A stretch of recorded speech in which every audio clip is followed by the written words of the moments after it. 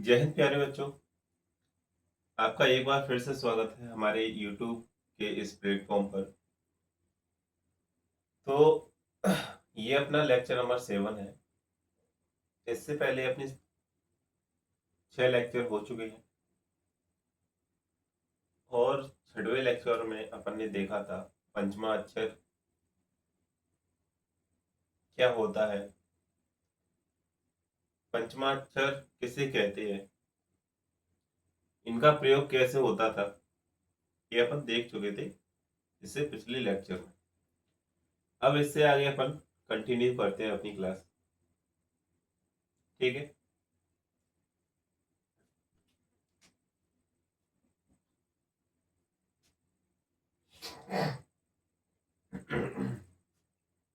हिंदी में अपना चल रहा था वर्ण विचार। वर्ण विचार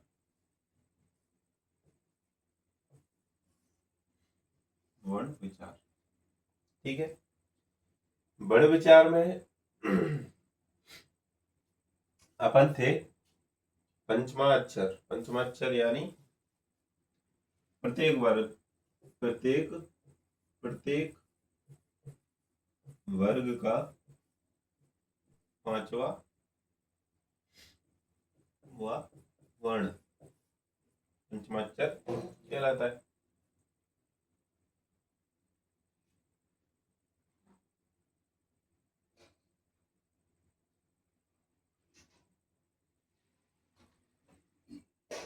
ठीक है। इनका उपयोग कैसे हो रहा था, जैसे कंपनी कंपनी तो कंपनी का यूज कैसे होता है अब, कंपनी। ठीक है। इस तरीके से इनका यूज देख लिया था। इसके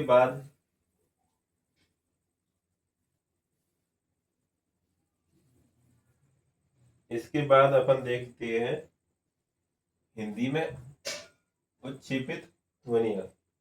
हिंदी में उत्क्षेपित ध्वनियां कौन कौन सी होती हैं। हिंदी में हिंदी में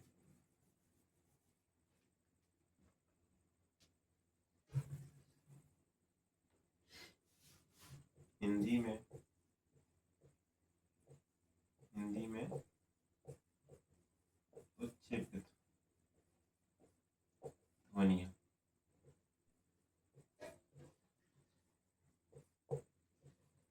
उत्क्षेपित ध्वनियां, तो उत्क्षेपित ध्वनियां कौन सी होती है। उत्क्षेपित ध्वनियां कौन कौन से वर्ण हैं जिन्हें उत्क्षेपित कहा जाता है।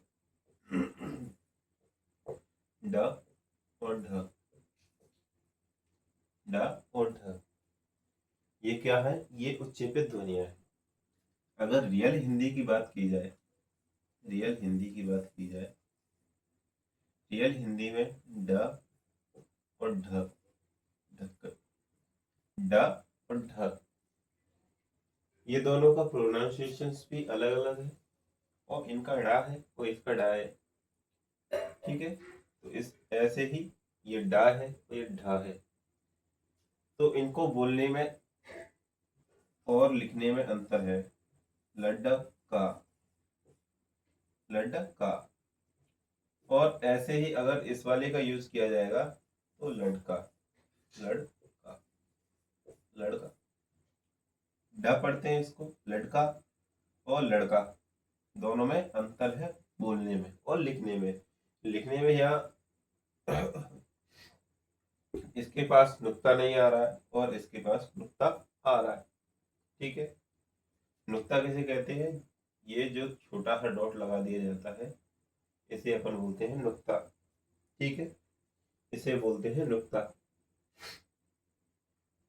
तो उत्क्षेपित ध्वनियां कौन सी होती हैं, ड और ड, ड और ढ। ठीक है। इसको नॉर्मल पढ़ोगे तो ये डा है और ये डा है।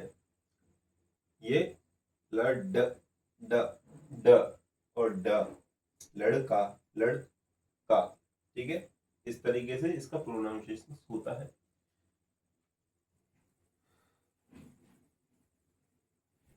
लिखते चलना दोस्तों साथ ही साथ, जिससे कंफ्यूजन ना हो।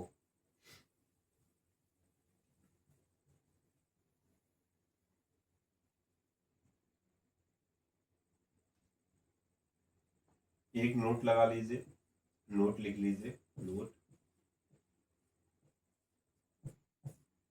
नोट क्या है? ड और ढ, ड और ढ का प्रयोग, ड और ढ का प्रयोग कभी भी, कभी भी ड और ढ का प्रयोग, ड और ढ का प्रयोग कभी भी, ड और ढ का प्रयोग कभी भी शब्द के, शब्द के प्रारंभ में, प्रारंभ में नहीं होगा, होगा। तो कहाँ होगा? अगर ड और ढ का प्रयोग प्रारंभ में नहीं होगा तो कहाँ पर होगा?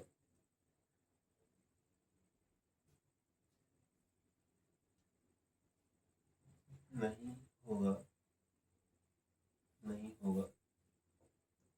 अर्थात, अर्थात, अर्थात इनसे,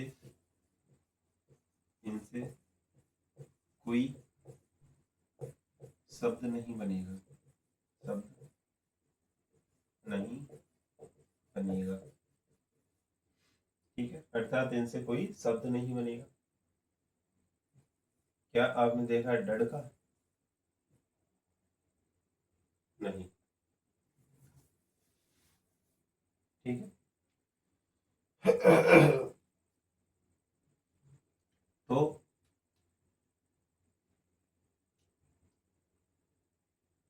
इनसे फिर कौन से शब्द बनेंगे स्टार्टिंग में?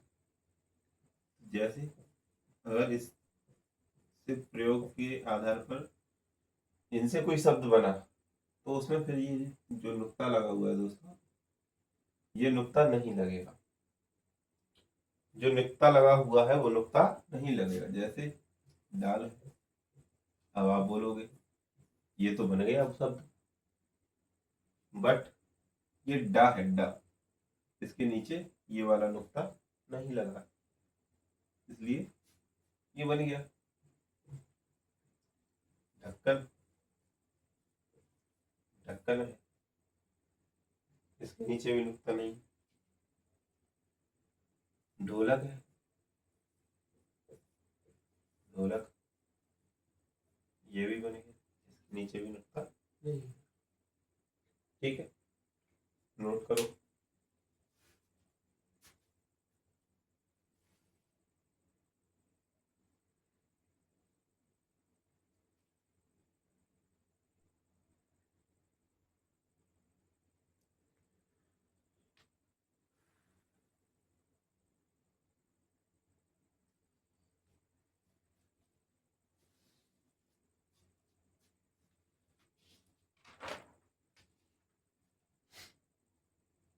नोट करिए।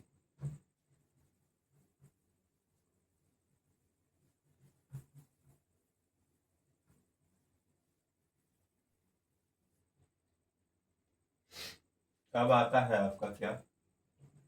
अब है आपकी आगत, आगत ध्वनिया, आगत ध्वनिया। आगत ध्वनिया कौन कौन सी होती है? जो क्या है, मेनली हिंदी में नहीं थी, जो मुख्यतः हमारी वास्तविक हिंदी में नहीं थी, वो कहीं से लेकर हमारी हिंदी में प्रयोग होने लगी, उन्हें आगत ध्वनिया कहते हैं। जैसे का है, का, ख, ग है, ज है, ज है, और आपका है ह, ह। अब आप बोलोगे ये तो नॉर्मल हिंदी में भी है, बट इनके पीछे एक और साइन लगता है, क्या? नुक्ता। लग गया, का बन गया ख, ग, ज, फ। अब इस नुक्ता की लगने से इन वर्णों का उच्चारण बदल गया। अभी तो पहले इसको अपन का बोल रहे थे, काजुल, काजल। गा से एक तो होता है गजरा, नॉर्मल बोला जा रहा है। अगर इसी को अपन थोड़ा स्टाइलिश तरीके से बोले, गजल, गजल बोलने में थोड़ा अच्छा लग रहा है। ऐसे ही खा के साथ कोई वर्ड बोला जाए, ख्वाहिश, ख्वाहिश। ठीक है।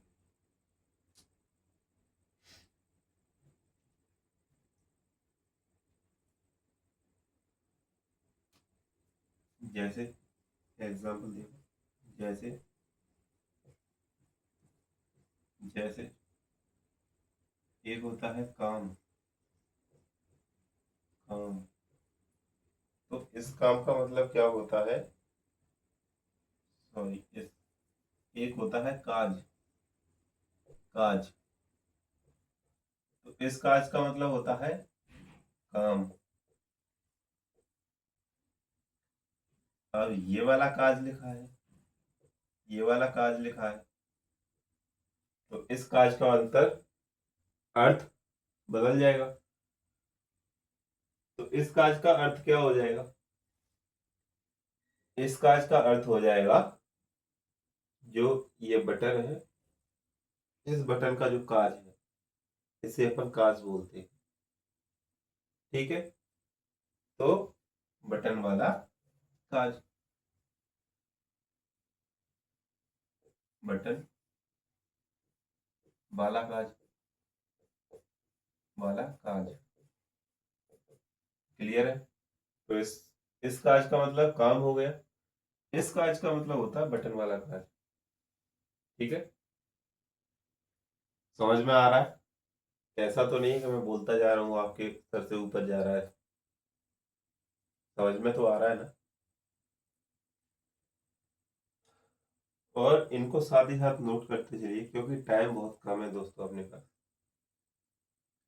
लगभग सितंबर के आसपास आपका एग्जाम होना है। ठीक है। और यूट्यूब पर आपको कंप्लीट सिलेबस कोई नहीं कराएगा। ठीक है। तो आप इसको नोट कर लो, वरना मैं रफ कर दूंगा। और देख लो एक आध दो एग्जाम्पल। एक ये हो गया, एक होता है जरा, जरा। इस जरा का मतलब क्या होता है? इस जरा का मतलब होता है बुढ़ापा, बुढ़ापा।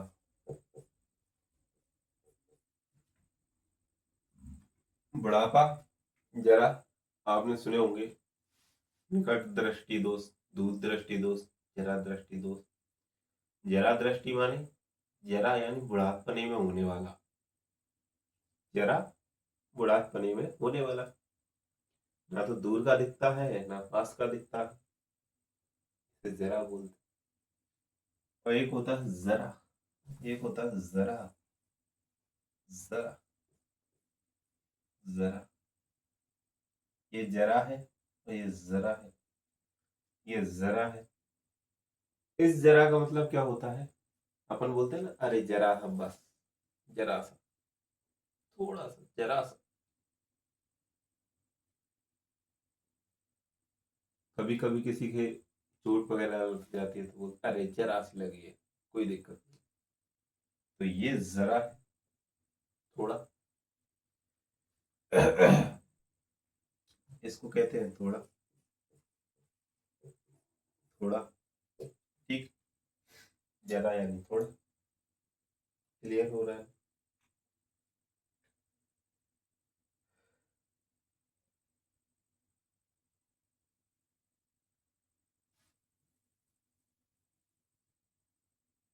नोट कर लिया? नहीं किया, स्क्रीनशॉट ले लो।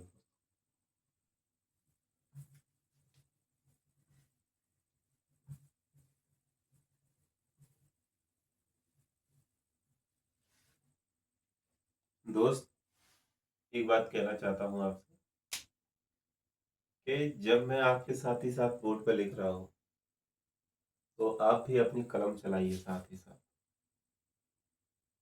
अपाइस मत बनिए दोस्त। अपाइस बनोगे तो मेंस नहीं लिख पाओगे। मेंस जब तक नहीं लिख पाओगे जब तक आपकी स्पीड 1 मिनट में 20 वर्ड से ऊपर ना हो। तो साथ ही साथ लिखिए। जब मैं लिख रहा हूँ तो आप सभी को क्या प्रॉब्लम हो रही है लिखने में ना? जब मैं लिखवाता हूँ तो मेरे साथ ही लिख लिए इसे, और जब समझाता हूँ तो क्लियर ध्यान लगा के सुना करो। ये कमेंट बार बार कमेंट मत किया करो, ठीक है? चलो आगे बढ़ते हैं।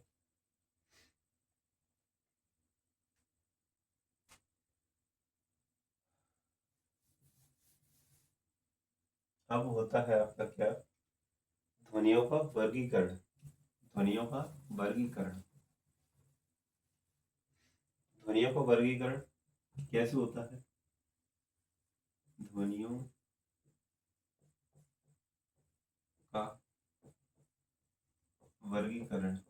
वर्गीकरण। वर्गीकरण। तो ध्वनियों का वर्गीकरण किस प्रकार से हुआ है?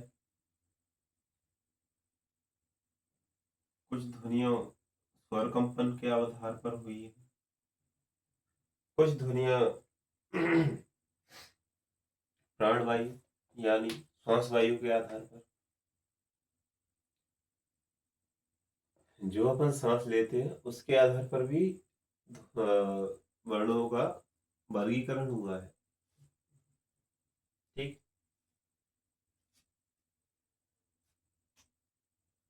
तो लिखेंगे आप ध्वनियों का वर्गीकरण यानी, अब ये ध्वनियां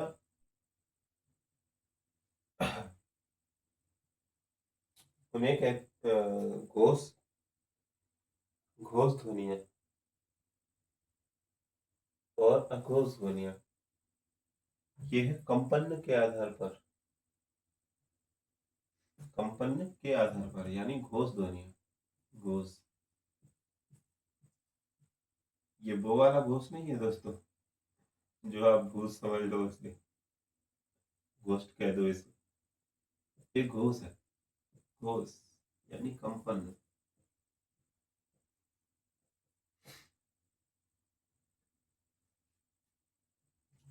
कंपन के आधार पर। कंपन के आधार पर। कंपन के आधार पर। कंपन के आधार पर एक होते हैं घोष ध्वनियां और एक होती है अघोष ध्वनियां। घोष ध्वनियां उन्हें कहते हैं जिनके उच्चारण स्वर तंत्र का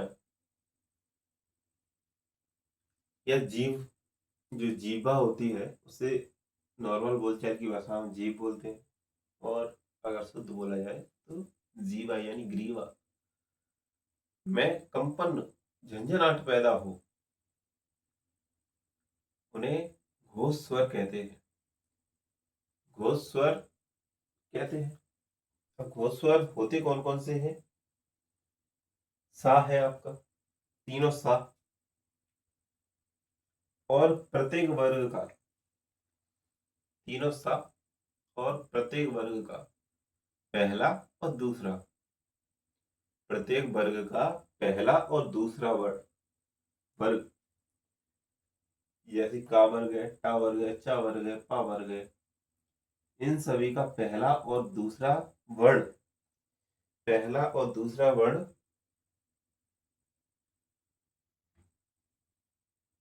आते हैं। ठीक है, प्रत्येक वर्ग के पहले और दूसरे वर्ण को उच्चारण करने पर स्वर तंत्र का अर्थात जीवा में कंपन पैदा होता है। ठीक है, ये तो आपको पता ही है, लिख लोगे, समझा रहा हूँ, साथ ही साथ लिख लेना अपने।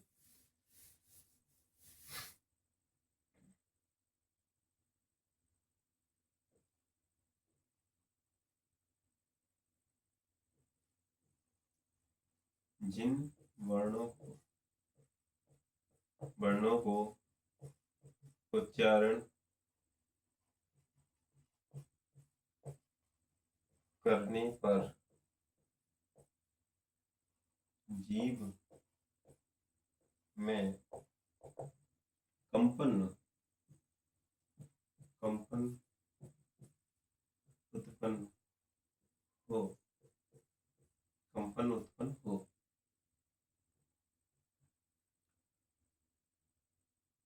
उन्हें घोष वर्ण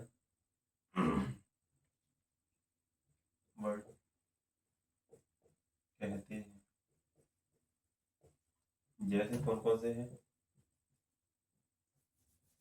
कहते हैं प्रत्येक वर्ग का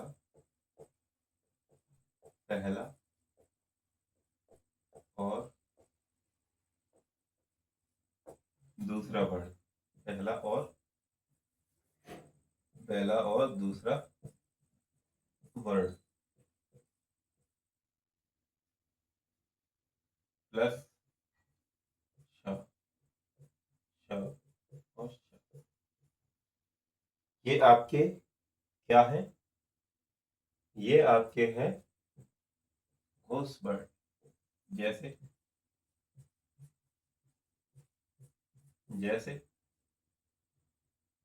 का और ख, च और छ। ठीक है, इस प्रकार से ये आपके घोष वर्ण हो जाएंगे। इन्हें शॉर्ट देखा जाए, इस पूरे का स्वर पहला प्लस दूसरा प्लस श, और श। इट्स क्लियर, समझ गए? अब इसके बाद आता है अघोष वर्ण।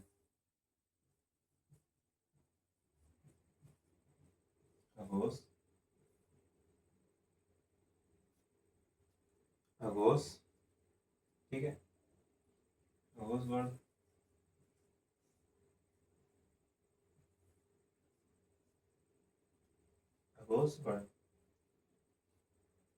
अघोष वर्ण उन्हें कहते हैं जिनके उच्चारण में अघोष वर्ण उन्हें कहते हैं जिनके उच्चारण में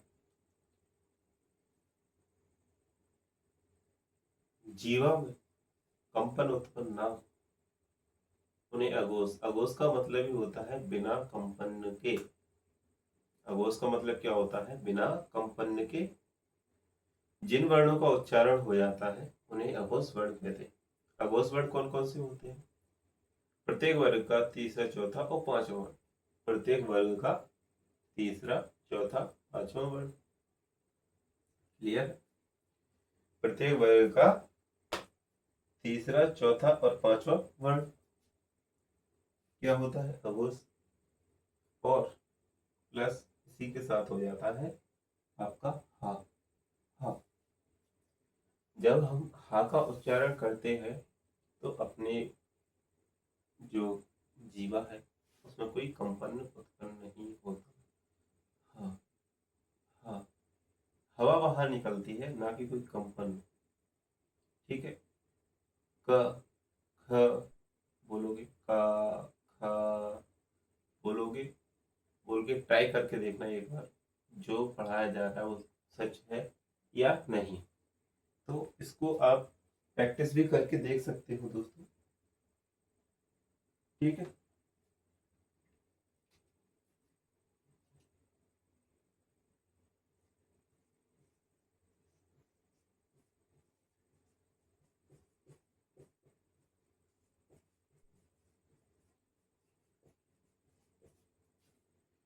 जिन वर्णों के उच्चारण में कंपन उत्पन्न न हो, अघोष कंपन उत्पन्न न हो, अघोष वर्ण कहलाते हैं। ठीक,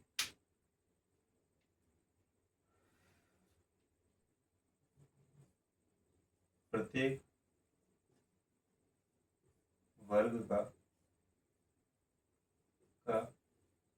तीसरा, चौथा और पांचवा वर्ण प्लस हा।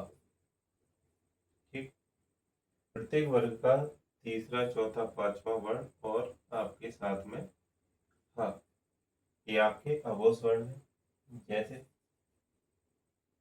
जैसे ग, घ, और ग, घ और ग। ऐसे ही ज, झ और ग, ज, झ और न। ठीक है, इस प्रकार से ये आपके घोष वर्ण और ये आपके अघोष वर्ण, ये हो गए आपके कंपन के आधार पर। जल्दी से नोट करो, 2 मिनट है।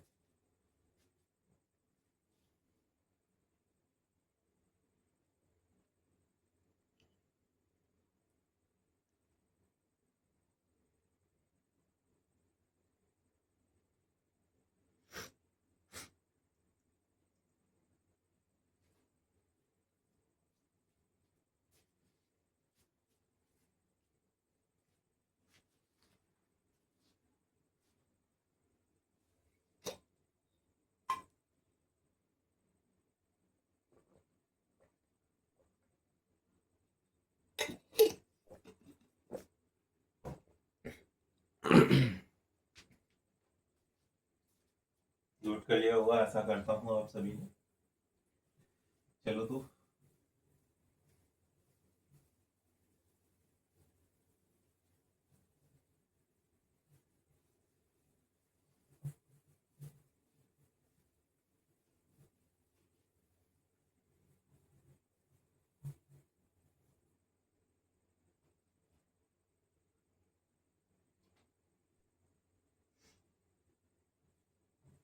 अब ये है दूसरा, किसके आधार पर? पहला होया अपना किसके आधार पर? कंपन के आधार पर। ठीक है, दूसरा है अपना प्राण वायु, प्राण वायु, प्राण वायु के आधार पर।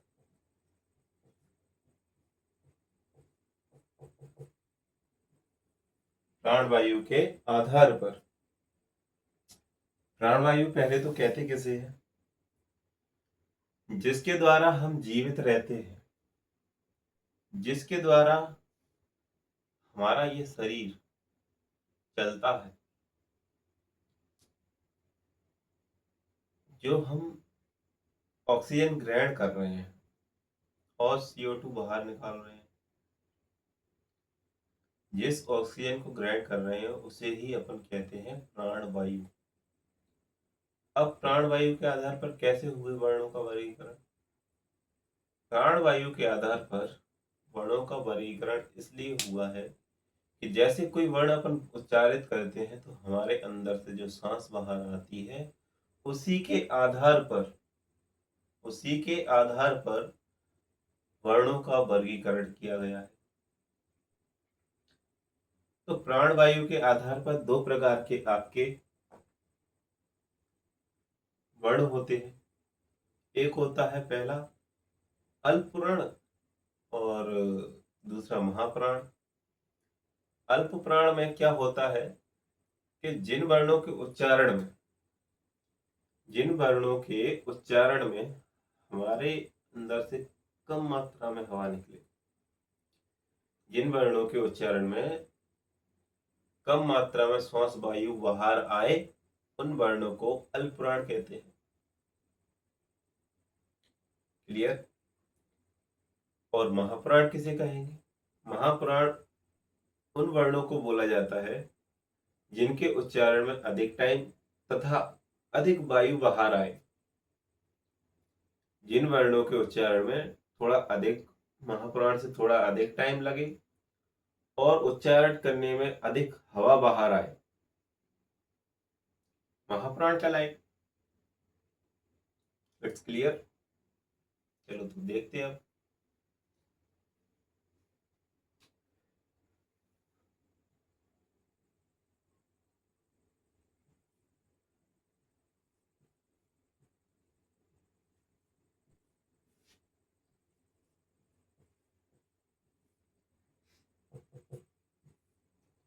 अल्प प्राण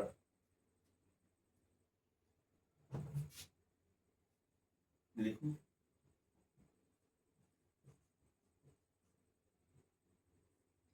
जिन वर्णों के उच्चारण जिन वर्णों के उच्चारण में कम मात्रा में श्वास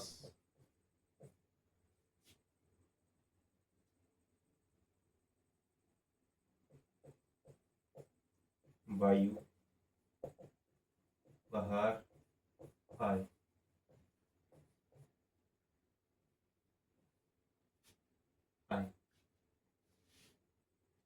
कौन कौन से होते हैं वो?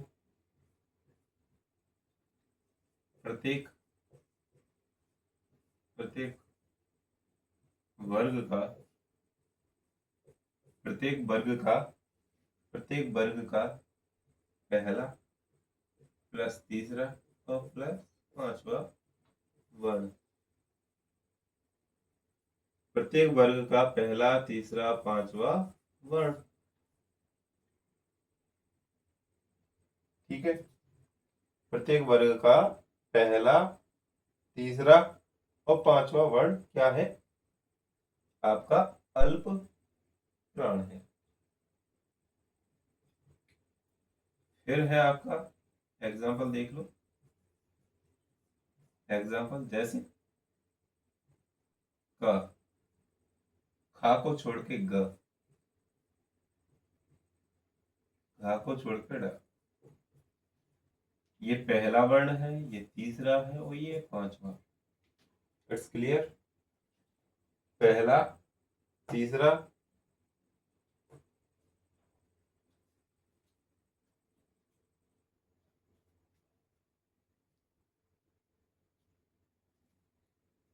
पहला, तीसरा और पांचवा वर्ण हो गए। इट्स क्लियर है। नोट करो फुर्ती से।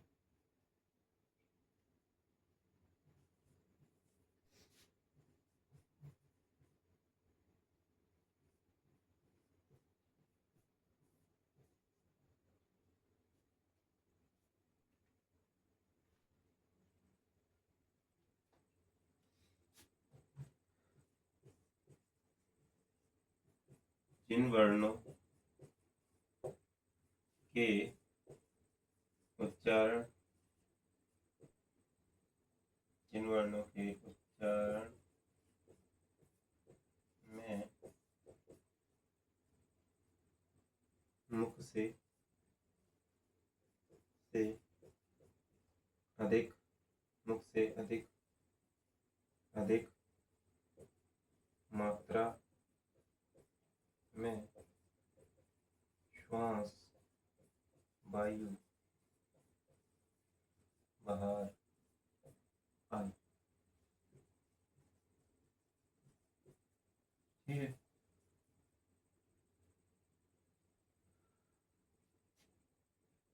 प्रत्येक वर्ग का दूसरा प्लस चौथा वर्ण।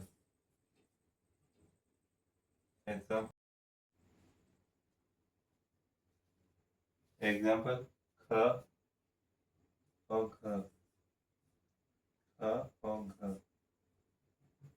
ख और घ,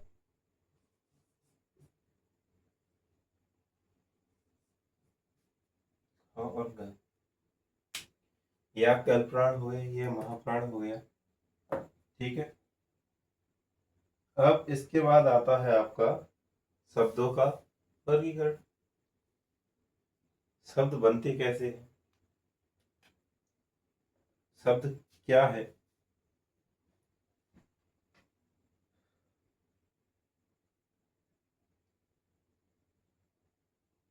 शब्द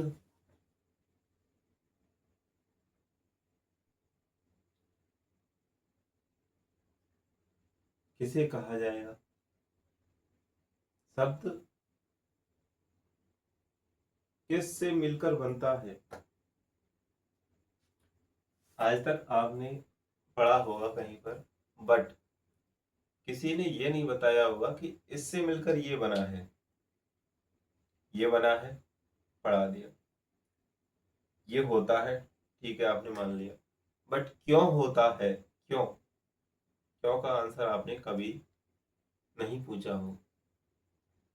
और दोस्तों मेरी क्लास में आपको क्यों का आंसर मिल रहा होगा। अगर नहीं मिलता तो आप मुझे कमेंट बॉक्स में अपनी राय देना और मैं बेटर करने की कोशिश करूंगा। ठीक है। तो शब्द,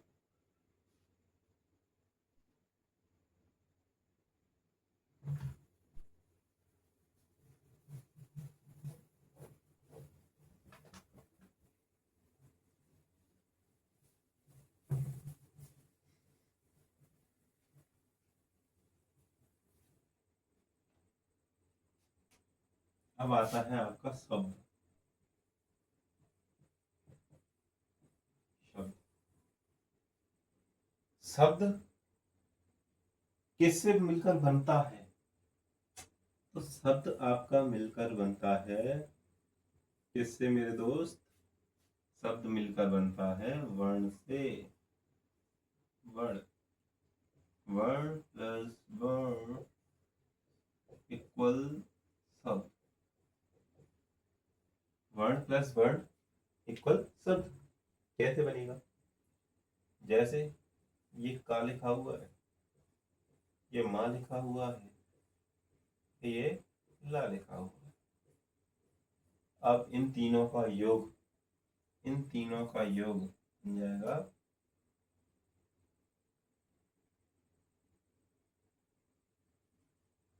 बन जाएगा कमल। ठीक, कमल। तो इसका एक सार्थक अर्थ निकला कमल, इसका एक सार्थक अर्थ निकला कमल। तीनों का ऐड हुआ तो बन गया एक शब्द। परंतु शब्द बना, लेकिन कौन सा शब्द बना,